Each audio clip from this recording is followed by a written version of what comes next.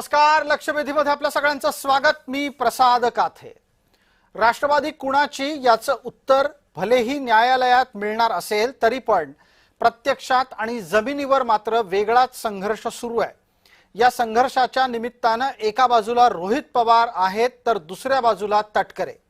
सुनील तटकरे आणि रोहित पवार यांच्यातले शब्दबाण नवे नाहीत, मात्र ते थांबलेलेही नाहीत आणि आता जोडीला प्रफुल्ल पटेल यांच्यावरही रोहित पवारांकडून शरसंधान केलं जात आहे।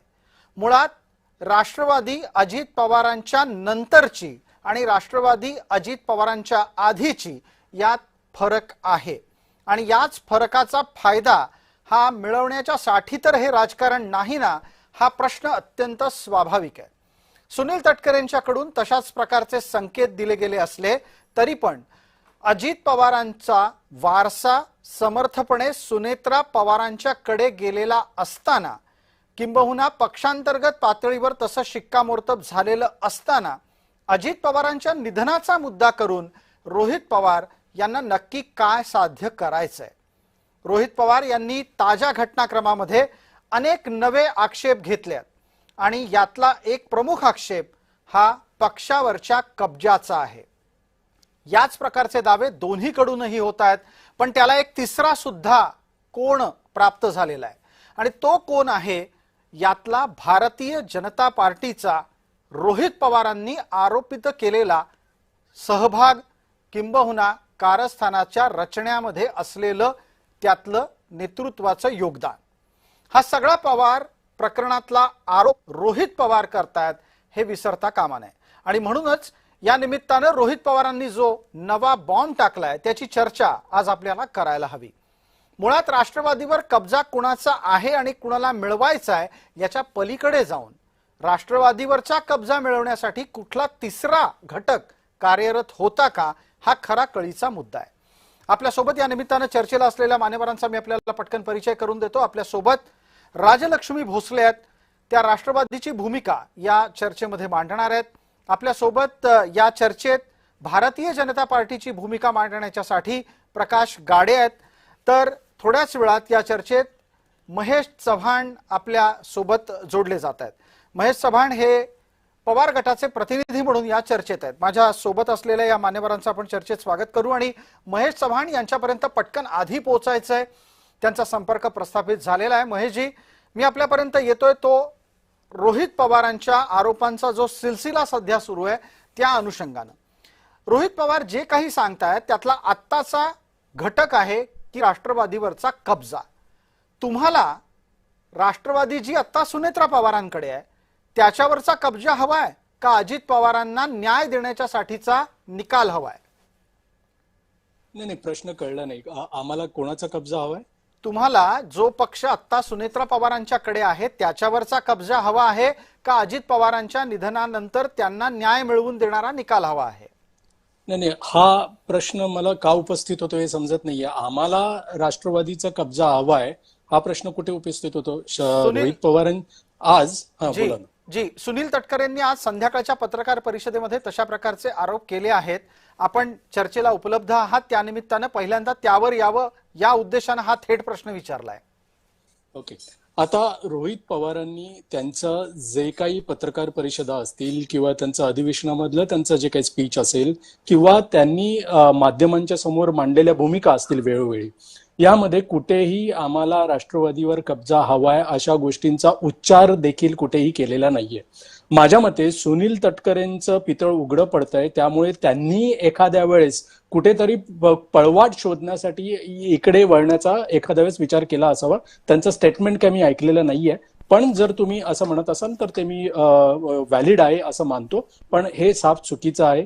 रोहित पवारांनी पहिल्या दिवसापासून अजितदादांची जी घटना झाली त्यानंतर अभ्यासपूर्वक पाठपुरावा या गोष्टीचा केलेला आहे आणि त्यांना कुठेतरी जितका ते पाठपुरावा जास्त करतायत तितकं त्यांचं शंकेचं म्हणजे जे शंका घेण्याची जागा वाढत चालली आहे की हा ऍक्सिडेंट नसून, अपघात नसून घातपात असावा आणि त्या दृष्टीनेच ते सगळे पुरावे समोर मांडतायत। अगदी, आणि मला आता या अपघाताच्या मुद्द्याच्या पेक्षा आत्ताच्या घडीला जी एक जास्त चर्चा सुरू झाली आहे, अपघाताच्या संदर्भातले तुमचे दावे काही लपून राहिलेले नाहीयेत, तुम्ही सातत्यानं ते मांडत आहात, त्याबद्दलचा तुम्ही एक अत्यंत तपशीलवार अशा सादरीकरणाच्या माध्यमातून संशय व्यक्तही केलेला आहे. पण आता हा पक्ष ताब्यात घेण्याचा जो मुद्दा आलाय त्या अनुषंगाने बोलत असताना तुम्ही आता थोड्या वेळापूर्वी म्हणालात की सुनील तटकरे यांचं पितळ उघडं पडतंय. मला नक्की सांगा, झाकलं काय होतं जे आता उघडं पडलंय? जो रोहित पवारांनी आज जी प्रेस कॉन्फरन्स घेतली आणि ज्यासाठी आपण आता या डिबेटला बसलोय, त्या प्रेस कॉन्फरन्समध्ये रोहित पवार असं सातत्याने उच्चार करतायत, उल्लेख करतायत की या पक्षावरचा ताबा, राष्ट्रवादी काँग्रेस पार्टी या पक्षावरचा ताबा बहुतेक सुनील तटकरे आणि प्रफुल्ल पटेल यांना घ्यावासा वाटत होता का, अशा दृष्टीने हालचाली चालू होत्या का, असे प्रश्न त्यांनी उपस्थित केले आणि त्याच्यासाठी त्यांनी उदाहरणही दिलं.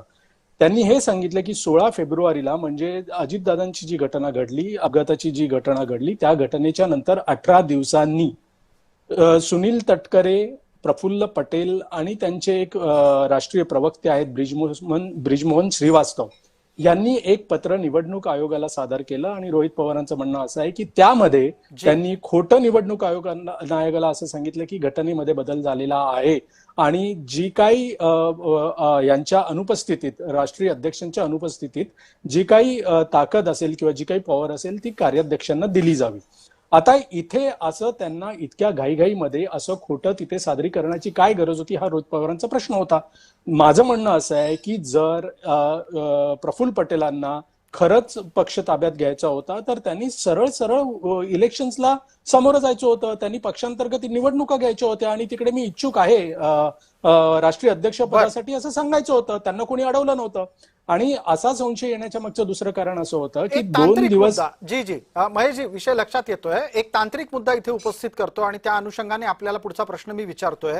तांत्रिक मुद्दा इथे असा उपस्थित राहतो की तटकरेंनी अजित पवारांच्या आकस्मिक निधनाच्या नंतर जर समजा पत्र दिलं असेल, तसं कुठलं पत्र दिल्याचा खुलासा त्यांच्याकडून अद्याप झालेला नाही, पण जर दिलं असेल तर एक वैकल्पिक व्यवस्था म्हणून हे पत्र दिलं गेलेलं असू शकत नाही का? एक. दुसरा मुद्दा, जर समजा तटकरेंना हे पत्र द्यायचं असेल तर त्यांनी स्वाभाविकरित्या सुनेत्रा पवारांना पक्षाच्या प्रमुखपदीही येऊ दिलं नसतं. घटना नाही, सुनील तटकरे किंवा प्रफुल्ल पटेल यांच्या हातात नाहीये. अशा गैरसमजात कोणी राहू नये की कोणाला अध्यक्ष बनवायचं आणि कोणाला अध्यक्ष नाही बनवायचं. पक्षाची घटना आहे. ज्या घटनेबद्दल आपण बोलतोय त्या घटनेमध्ये इलेक्शन्स कसे होतात, जो अध्यक्ष असेल त्या अध्यक्षाचा जर मृत्यू झाला किंवा तो अध्यक्षांनी राजीनामा दिला तर त्या परिस्थितीत काय करायला हवं हे घटनेमध्ये सविस्तर लिहिलेलं आहे. त्यामुळे सुनील तटकरे किंवा प्रफुल्ल पटेल यांना वाटलं की आपण अध्यक्ष व्हावं किंवा सुनेत्रा वहिनींना अध्यक्ष करावं तर ते त्यांच्या हातात नाहीये.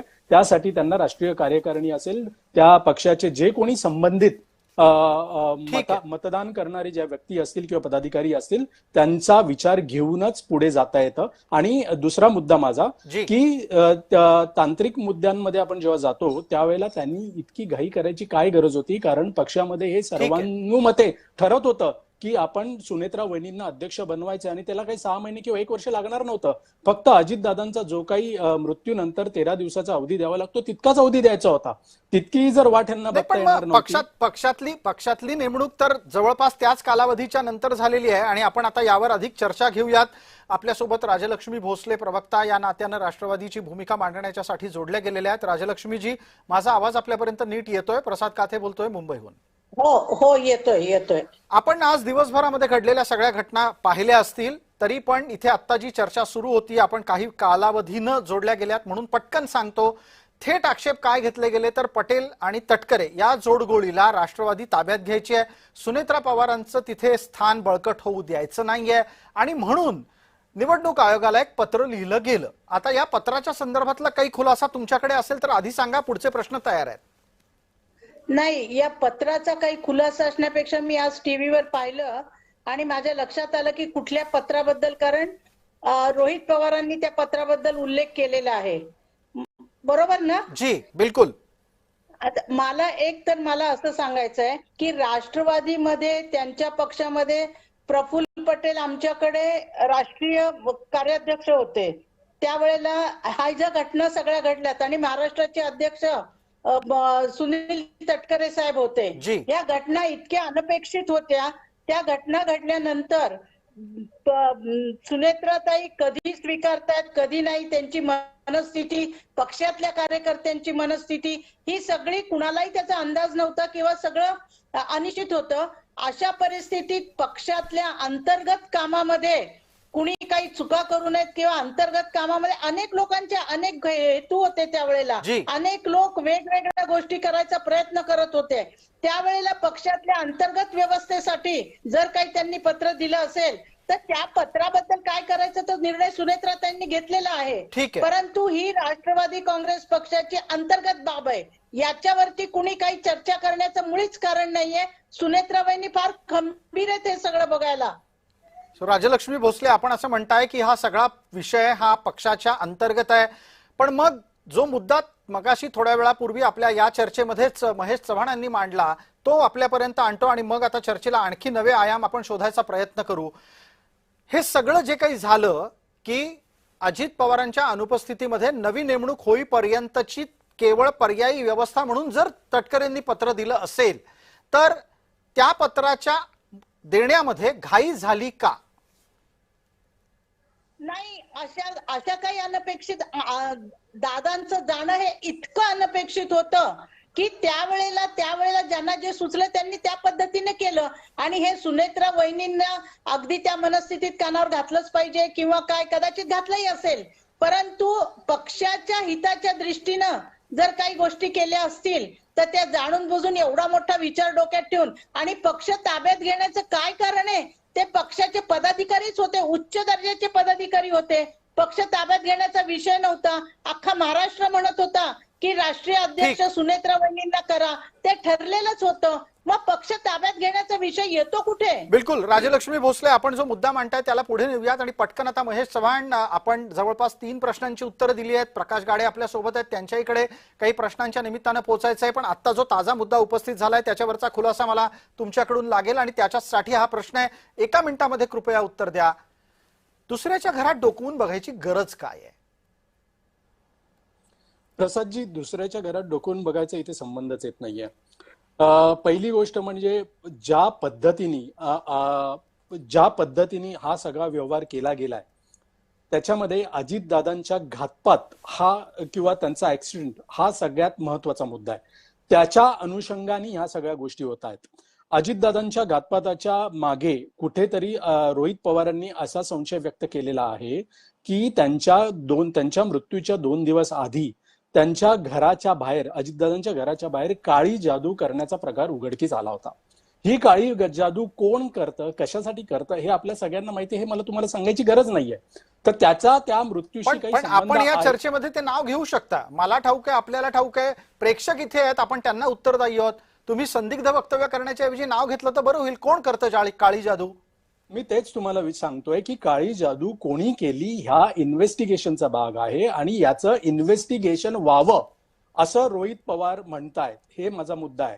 त्यांनी कोणी काळी जादू केली हे नाव घेतलेलं नाहीये.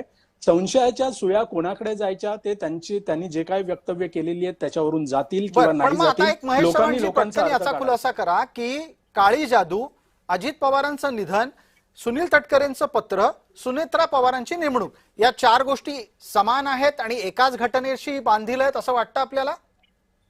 सुनील तटकरेंनी जे पत्र दिलं ते पत्र त्यांनी का दिलं हा विषय आहे. त्याच्याशी काही संबंध आहे का हा इन्व्हेस्टिगेशनचा इश्यू आहे आणि ते इन्व्हेस्टिगेशन पोलिसांनी करावं. याच्यासाठीच तर FIR घेण्यासाठी रोहित पवार इतके दिवस प्रयत्न करतायत. पण दुर्दैवाने तो FIR महाराष्ट्र सरकारकडून किंवा महाराष्ट्राच्या पोलीस डिपार्टमेंटकडून घेण्यात आला नाही आणि त्यांना नाईलाजात तो कर्नाटकांच्या पोलिसांकडे जाऊन करावा लागला. चालेल, आता आपण प्रकाश गाडेंकडे जाऊयात. याच मुद्द्यावर आणि याच वळणावर आपल्याला प्रकाश गाडेंना बोलतं करण्याची गरज आहे. प्रकाशजी, आपण भारतीय जनता पार्टीचं आणि पर्यायानं सरकारचं, गृह विभागाचं प्रतिनिधित्व या चर्चेमध्ये करत आहात. एका गोष्टीचं पटकन उत्तर द्या की जे काही राष्ट्रवादीत घडतं आहे, एका बाजूला ते न्यायिक पातळीवर घडतंय, दुसऱ्या बाजूला ते राजकीय पातळीवर घडतं आहे का? आणि त्यात तुमच्या पक्षाची, भाजपाच्या राष्ट्रीय नेत्यांची काही भूमिका आहे का?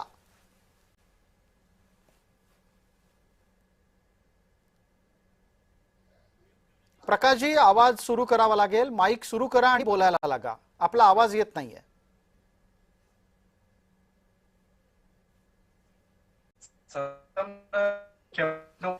की FIR होत नाही, त्यामुळं कर्नाटकमध्ये जाऊन FIR करावा लागला. एक लक्षात घ्या, रोहित पवार स्टंटबाजी करण्यात माहीर आहेत आणि ते सुरुवातीपासून स्टंटबाजी करत आहेत. आता मगाशी चर्चा मी ऐकत होतो, रोहित पवार आणि पक्षाचा ताबा. रोहित पवार हे अनेकदा स्वतःहून बोललेले आहेत की त्यांना पक्षाचं प्रमुख पद पाहिजे महाराष्ट्रामध्ये वगैरे. त्यामुळं रोहित पवारची जी काही आशा अपेक्षा जी होती ती आता पूर्णपणे संपलेली आहे. सुनेत्रा पवार ताई हे स्वतः राष्ट्रीय अध्यक्ष आहेत, त्यामुळं त्यांच्या पक्षाची जबाबदारी सुनेत्राताई चांगल्या पद्धतीनं सांभाळत आहेत. त्यामुळं तुम्ही म्हणल्याप्रमाणे दुसऱ्याच्या घरात डोकावण्याची गरज काय, हाही माझा प्रश्न रोहित पवारला असणार आहे. त्याचबरोबर त्यांनी विनोद चव्हाणांनी जो मुद्दा FIR चा उपस्थित केला, आता विनोद चव्हाणांना कदाचित माहिती नसेल की एक मिनिट गाडे साहेब, तुम्ही त्या जुन्या मागच्या चर्चेकडे जाऊ नका. मी आपल्याला भारतीय जनता पार्टीचा प्रतिनिधी म्हणून काय विचारतोय की जे जे काही राष्ट्रवादीत चाललंय, जे घडतंय, त्या सगळ्यामध्ये तुमचा काही हस्तक्षेप आहे का? कारण रोहित पवार पियुष गोयल यांचं नाव घेऊन बोलले आहेत, म्हणून इथे भारतीय जनता पार्टीचा प्रवक्ता या चर्चेत आहे. पियुष गोयल यांच्या तोंडून प्रफुल्ल पटेल राष्ट्रीय अध्यक्ष राष्ट्रवादीचे झाले असं वक्तव्य निघालं. याचा अर्थ भाजपा हा राष्ट्रवादीच्या अध्यक्ष निवडीच्या प्रक्रियेत हस्तक्षेप करत होता, हे संकेत रोहित पवार देतात. याच्यावर बोला प्रकाशजी. त्याच मुद्द्याकडे येतोय. जे उदाहरण, जे दाखला रोहित पवारांनी दिले आदरणीय केंद्रीय मंत्री पियुष गोयलजी यांचा, पियुष गोयलजी यांनी माध्यमात आलेल्या बातम्यानुसार त्यांना शुभेच्छाचे पोस्ट केली होती. त्याला मुद्दा धरून रोहित पवार त्याचा कांगावा करायचा प्रयत्न करत आहेत. मुळात ही रोहित पवाराची स्टंटबाजी आहे. मी तुम्हाला पुन्हा एकदा सांगतो, रोहित पवार हे स्टंटबाजी करण्यात माहीर आहेत. त्याच ह्या घटनेचा एक स्टंटबाजी करून मी कसं खरं आहे, मी कसं राष्ट्रवादी काँग्रेस पक्षाचा खरा म्हणजे नेता आहे हे दाखवण्याची ती धडपड आहे.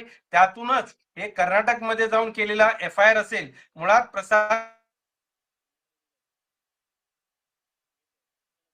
बोलता बोलता प्रकाश गाडेंचा संपर्क सातत्यानं बाधित होतोय. मला वाटतं की आपण त्याच्यावर प्रकाश गाडे थोडंसं काम करावं. मी थोडा वेळ आपल्याला ते देतो आणि पटकन आता राजलक्ष्मी भोसलेंपर्यंत जातो. राजलक्ष्मीजी, या सगळ्या प्रकरणामध्ये राष्ट्रवादीचे निर्णय राष्ट्रवादीतच होतात का त्रयस्थ व्यक्ती त्यात हस्तक्षेप करते, हा आक्षेप इथे नोंदवला गेलाय, वारंवार तो चर्चेतही येतोय. नाही, मला आश्चर्य वाटतं की बाहेरच्या व्यक्ती कोण आहेत? प्रफुल्ल पटेल राष्ट्रीय कार्याध्यक्ष आहेत, सुनील तटकरे महाराष्ट्राचे अध्यक्ष आहेत, सुनेत्रा वहिनी आता राष्ट्रीय अध्यक्ष बनलेले आहेत.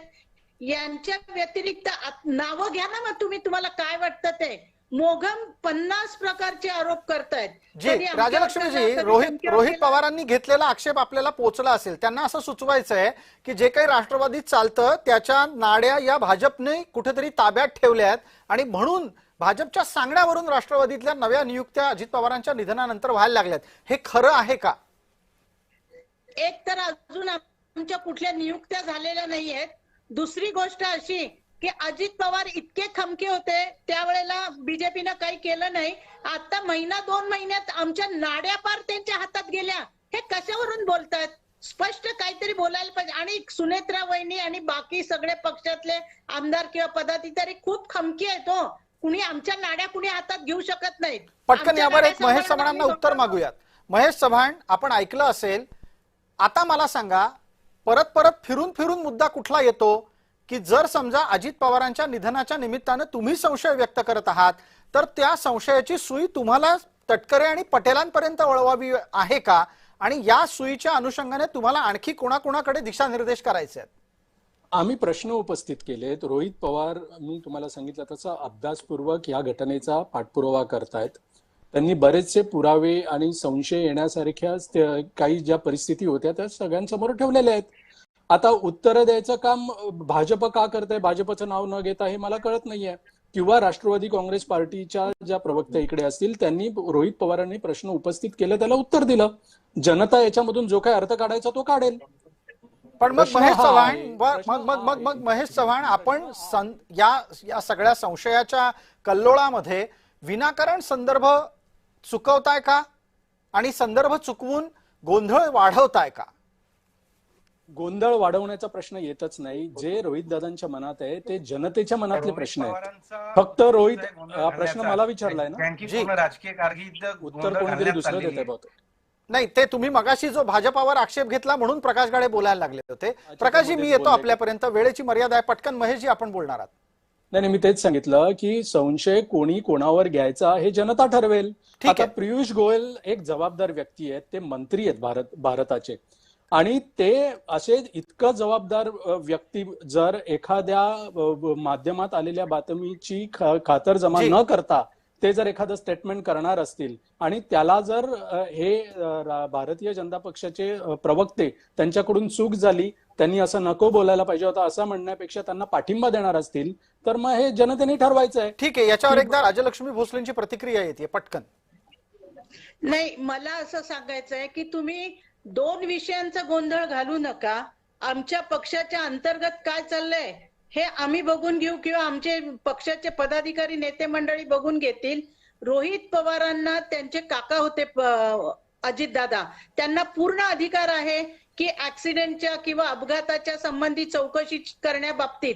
परंतु त्यांनी जे काही प्रश्न उपस्थित केलेत त्याला आज विधानसभेमध्ये मुख्यमंत्र्यांनी अतिशय सविस्तर उत्तर दिलेलं ठीक आहे. आहे. मुख्यमंत्र्यांनी इतकं सविस्तर उत्तर दिल्यानंतर त्याच्याबद्दल काही बोलायचं कुणाला काही कारण नाहीये. आणि पक्षाच्या अंतर्गत ज्या बाबी आहेत हे दोन वेगळे विषय आहेत. ठीक आहे, पटकन आता प्रकाश गाडेंपर्यंत जाऊयात. वेळेची मर्यादा आहे. प्रकाशजी, या गोष्टीचा खुलासा एकदा करूनच टाका.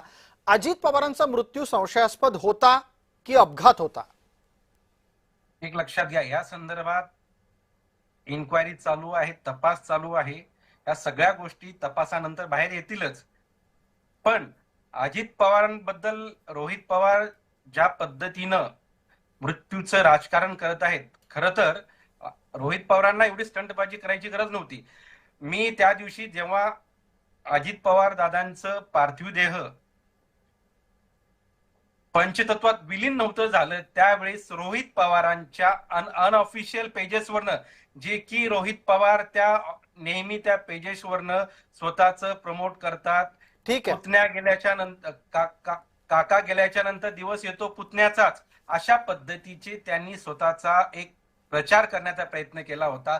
अहो, अजितदादांची निधन झाल्याच्या नंतर 24 तासाच्या आतमध्ये स्वतःचं प्रमोशन करणारा व्यक्ती कसा काय हा कळवळा दाखवू शकतो? हा रोहित पवारांचा ढोंगीपणा आहे. रोहित पवार हे स्टंटबाज करणारे व्यक्ती आहेत. हे आज नाहीये सांगतो, तुम्ही मागच्या 3-4 वर्षापासून जर बघत असाल ना, रोहित पवार एवढं ढोंगी राजकारण, स्टंटबाजीचं राजकारण कुठल्याही पण मग नाही, पण मग प्रकाश गाडे या सगळ्या ह्याच्यात, या सगळ्या विषयामध्ये भारतीय जनता पार्टीची इन्व्हॉल्वमेंट म्हणजे हस्तक्षेप आहे की नाही? एकदा खरं काय ते सांगा. प्रसादजी काय म्हणताय? या सगळ्या विषयात भारतीय जनता पार्टी आहे का विनाकारण तुम्हाला ओढलं जातंय?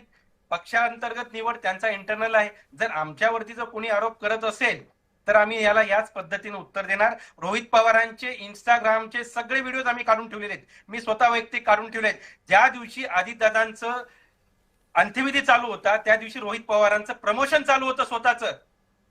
काका गेल्याच्या नंतर पुतण्यात येतो, इतिहास साक्षी आहे. म्हणजे काय, तुम्ही अजितदादांच्या मरणाची वाट बघत होता का?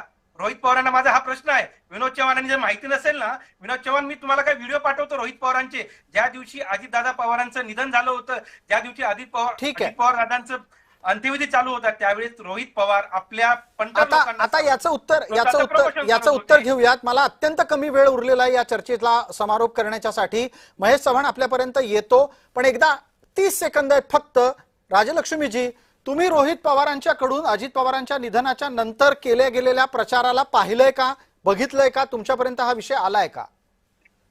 नाही, मी रोज सगळ्याच गोष्टी बघत असते. परंतु त्यांच्या काकांबद्दल त्यांनी काही प्रश्न उपस्थित केले किंवा काय, तर त्याच्याबद्दल माझं काही ऑब्जेक्शन नाहीये. फक्त आमच्या पक्षातल्या गोष्टींबद्दल कुणी बोलू नये. आणि त्यांना जर विचारायचं असेल तर त्यांना त्यांच्या काकींना जाऊन विचारायचा अधिकार आहे. ठीक आहे, आता पटकन महेश चव्हाण समारोपाच्यासाठी आपल्यापर्यंत येतो. अजित पवारांचं निधन झाल्याच्याच आसपास रोहित पवार हे स्वतःचं प्रमोशन करत असतील तर नक्की कोणाला, कशासाठी आणि कशावर कब्जा मिळवायचा आहे हे लपून राहत नाही असं प्रकाश गाडेंनी सुचवलंय. शेवटचं मिनिट आहे आपल्या हातात. हा निव्वळ खोटारडेपणा आहे. माझं त्यांना चॅलेंज आहे, ओपन चॅलेंज आहे की त्यांनी आता एक मिनिट मध्ये बोलू नका. मी नाही बोलणार जरी मध्ये बोललो तर. एक मिनिट प्रकाशजी उत्तर येऊ देत. प्रकाशजी उत्तर येऊ देत. वेळेची मर्यादा आहे माझ्या हातात. प्रसादजी खोटारडेपणा करायचा आणि दुसऱ्यांना बोलून नाही द्यायचं, मला दिलेल्या वेळेमध्ये त्यांना बोलून देणार असेल तर कसं डिबेट करू? नाही आपण प्रकाश गाडेंनाच त्यासाठी सांगितलंय. प्रकाशजी थांबा थोडंसं. प्रकाशजी थांबा. महेशजी आपलं उत्तर सुरू करा, मला वेळेची मर्यादा आहे. त्यांना तुम्ही गप्प बसवाल तर मी उत्तर देईन. ठीक आहे, ते बसलेत गप्प, त्यांचा आवाज येणार नाही. तुम्ही बोला, तुमचा आवाज येतोय. बरं प्रसादजी, थँक्यू. प्रसादजी, माझं म्हणणं असं आहे की आप निव्वळ खोटारडेपणा आहे. भाजपचा प्रोपोगंडा असेल एखाद्या वेळेस, त्यांनी त्यांचे कुठले तरी खोटे अनऑफिशियल हे उभे म्हणजे सोशल मीडिया हँडल्स निर्माण केले असतील आणि त्याच्या मार्फत हे करत असतील रोहित पवारांना बदनाम करायला. आता स्वतः प्रकाश गाडेच असं म्हणाले की त्यांच्या अनऑफिशियल सोशल मीडियाच्या हँडलमध्ये हे झालेलं आहे. ऑफिशियल सोशल मीडियाच्या हँडलमध्ये जर असं रोहित पवारांच्या कुठे झालं असेल तर ते त्यांनी आम्हाला दाखवावं. खोटारडेपणा किती करायचं याला काहीतरी एक मर्यादा असते. आणि दुसरी गोष्ट अशी की आजपर्यंत मुख्यमंत्री असतील किंवा यांचे अमित शहाजी असतील, यांनी रोहित पवारांचे जे काही प्रयत्न चालू आहेत अजित पवारांच्या घटनेबद्दल त्याला स्टंटबाजी असं म्हटलेलं नाहीये. पण प्रवक्ते इथे येऊन त्याला स्टंटबाजी म्हणत असतील तर ते त्यांच्या बहुतेक मुख्यमंत्र्यांना आणि अमित शहाना मानत नाही. ठीक आहे, आता या विषयावर मला इथेच वेळ मर्यादेपोटीच थांबावं लागतंय. आपण सर्व मान्यवर चर्चेत सहभागी झालात त्याबद्दल आपले मनपूर्वक आभार. आपण पाहत रहा फक्त जय महाराष्ट्र.